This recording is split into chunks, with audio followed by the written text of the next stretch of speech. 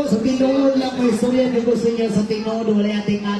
lalaki ko pero ha lalaki ko pero dahil sa'y nagtingoy yun ang iniingat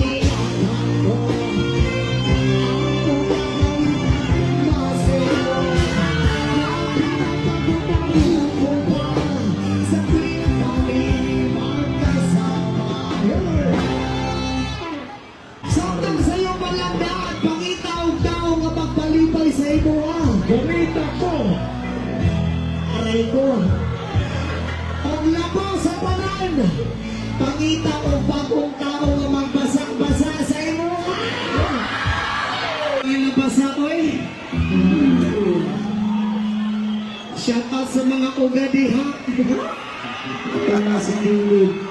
aray ko kasi ko po shout out sa inyo ayun shout out na yan sa babaw lahat ng nasa ibaba